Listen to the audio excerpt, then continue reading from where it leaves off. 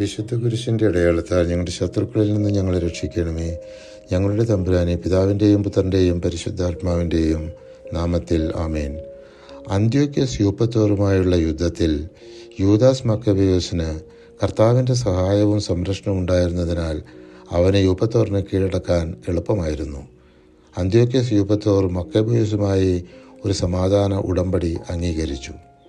യൂദാസും അനുചരന്മാരും Samaria പ്രദേശത്ത് എത്തിയിരിക്കുന്നുവെന്ന് നിക്കാനോർ കേട്ടു. യഹൂദരെ നശിപ്പിക്കാൻ അവൻ വലിയൊരു പദ്ധതിയിട്ടു എന്ന് മക്കബേയോസ് തിരിച്ചറിഞ്ഞു. മക്കബേയോസ് കർത്താവിൻ്റെ സഹായം ലഭിക്കുമെന്നുള്ള വിശ്വാസത്തിൽ ഉറച്ചു നിന്നു. നിയമത്തിൽ നിന്നും പ്രവാചകന്മാരിൽ നിന്നും വാക്യങ്ങൾ ഉദ്ധരിച്ച് അവൻ അവർക്ക് ധൈര്യം പകർന്നു.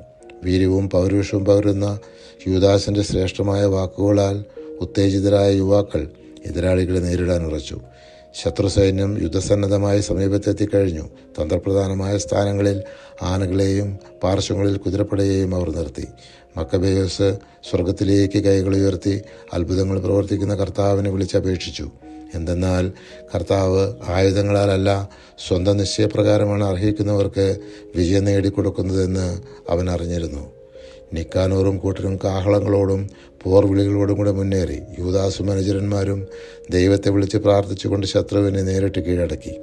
അവർ യുദ്ധം കഴിഞ്ഞ് ആനന്ദത്തോടെ മടങ്ങിപ്പോകുമ്പോൾ നിക്കാനോർ പടച്ചട്ടയോടുകൂടി മരിച്ചു കിടക്കുന്നതാണ് അവർ കണ്ടത്. അവർ ഒന്നടങ്കം കർത്താവിനെ സ്തുതിച്ചു പറഞ്ഞു, സ്വന്തം ഭവനം അശുദ്ധമാകാതെ കാത്തുസൂക്ഷിച്ചവൻ വാഴ്ത്തപ്പെടട്ടെ.